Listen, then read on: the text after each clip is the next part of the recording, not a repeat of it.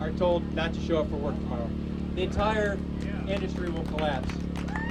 And it's not just the pilots, it's the gate agents, it's the rampers, flight attendants. So you may have a full cockpit of pilots, both pilots show up, but you know what? The rampers don't show up. Nobody pushed the airplane. Rampers and pilots show up, nobody there to load the baggage, right? If they don't show up, maybe the gate agent doesn't show up. And this whole thing is going to get shut down.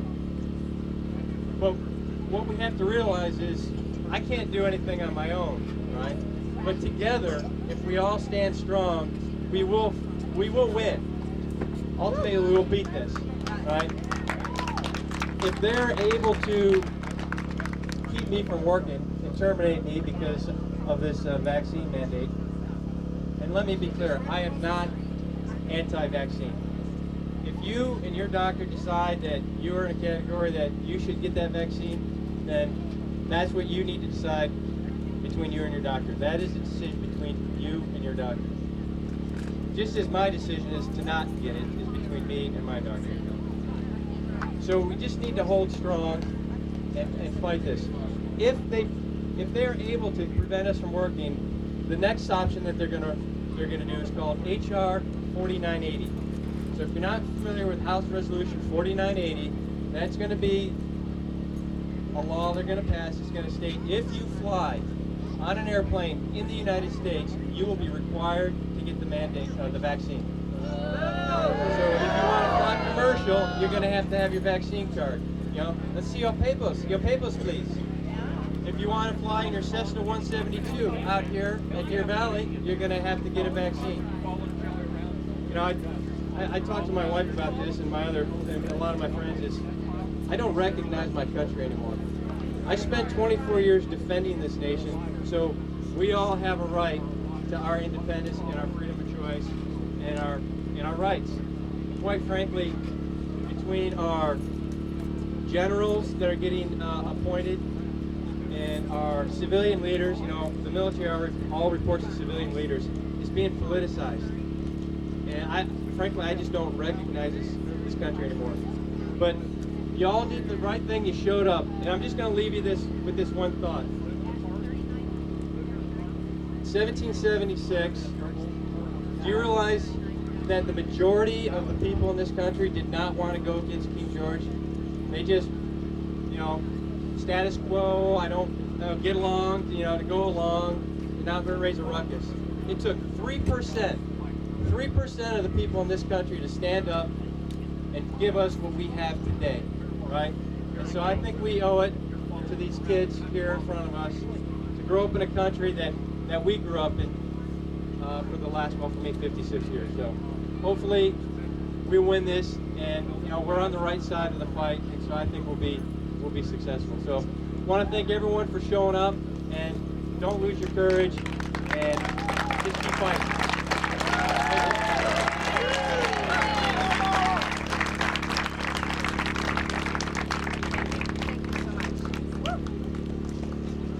All right, thank you so much, David. I just love the patriotism and the passion. I can feel it from you guys. I literally can feel all the energy, and it's truly amazing. I feel so blessed and honored to be hosting and emceeing for you guys tonight. It's amazing. All right, you guys, next up we have, thank you, that's so sweet. Next up we have Merissa Hamilton. She ran for Phoenix Mayor, and she is currently the chairwoman of Civic Action Easy as Pie. Please welcome her. Hello, everyone. Can you guys hear me okay? I was told I have to yell. All right. I want to thank each and every one of you for being here, because it is going to take exactly what's happening right now and so much more to push back against the totalitarianism that we have in our schools. I became politically active around 2016 because I was volunteering to help girls in crisis pregnancy, and I got a horrible call from a parent in Alabama. Her actually grandparent. Her granddaughter had been raped by someone at her church. She was only 14. And in response to that, the government and the school, everyone bullied her to try to force her into an abortion. And she pushed back and said no. And she begged her grandparents to take care of her and looked after her, and they did. They got all the paperwork filed with the government, And a week before the baby was born, everything seems to be okay. She goes to the hospital. Her rapist shows up in the hospital room with his mother. Moments later, their child child protective services shows up in the hospital and says, "Oh, you let a sexual predator have access to your child, so now we have to take your child from you." The entire thing was a setup. The entire thing was a setup.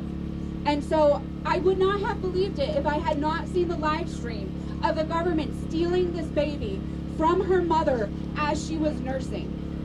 And so it was a friend of mine that was the advocate for her, and I said, "How can I help? What can I do?" So all I did was manage the social media. We got 1 million hits in 24 hours from the story of what they did to this poor girl. And in response to that, I thought, well, that should be enough. The government has heard our cries, and they're going to leave this poor family alone. They didn't. They then came to the door and took the little girl the child that had the baby, the 14-year-old, and her twin brother, and seized them. And then it took us about a week to be able to get the mom and the baby reunited. And it took us 3 months in total to be able to get the mom and baby back from the state. And that is when I learned how aggressive our government can be and how loose our laws are for parental rights. This was the grandparents were, the grandfather was a retired police officer. There was absolutely no reason for them to take this child and her baby. The reporter that was covering that case told me, "You need to look at what's happening in Arizona because it's worse in Arizona than anywhere in the country." But it's quiet because our laws don't let parents speak up. And in 2019, right before the COVID pandemic happened, I had a meeting with the director of DCS, thanks to Warren Peterson, and in that meeting I said to them, the laws we have set up do not allow parents to have their rights.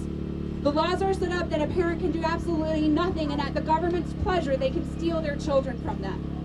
And under the right spark of totalitarianism, that will lead to complete tyranny. And we saw it when Red for Ed did their walkouts, and they started being aggressive against parents that spoke out about teachers being forced to abandon their students. And so now that what we're facing today, I am so thankful that we have so many mama warriors rising up. If you're a mama warrior, let us represent you. Thank you so much. And if you are an officer or have served in the military, retired or active service, can you please raise your hand and let us give you a thank you? Louder!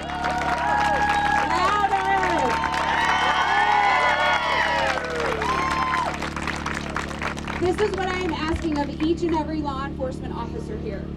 Please hold the line for our liberty. You have served faithfully to protect and serve. And we are calling on you to ask you to do both of those roles for the people. You know, the DOJ under this Biden regime, and it is a regime, they have completely taken what their role is, which is to defend the people from their government, and perverted it. The attacks that they are launching against families are tyrannical, and they will not stand. I want to thank our legislators that are here and those that are running for office, because it is going to take bold, brave people. But there is something else that I want to ask of you. We started easyaz.org in April because we saw that together, if we magnify our voices in an effective manner, we can push back against what's happening. And we saw the writing on the wall. And so if you can give us 15 minutes a week to focus on public comment, to focus on simple action alerts, we can change our state. If you can each get 5 more people to help us, we can save our state. On November 13th, we have a very important event coming up. We have the Center for Self-Governance. We are flying them into Arizona for a special training. If your car is around this, you've got a postcard on it to invite you to the training. This is the most important training I have ever participated in or have ever brought to Arizona, because this organization specifically has the experience to push back when the DOJ comes after our community.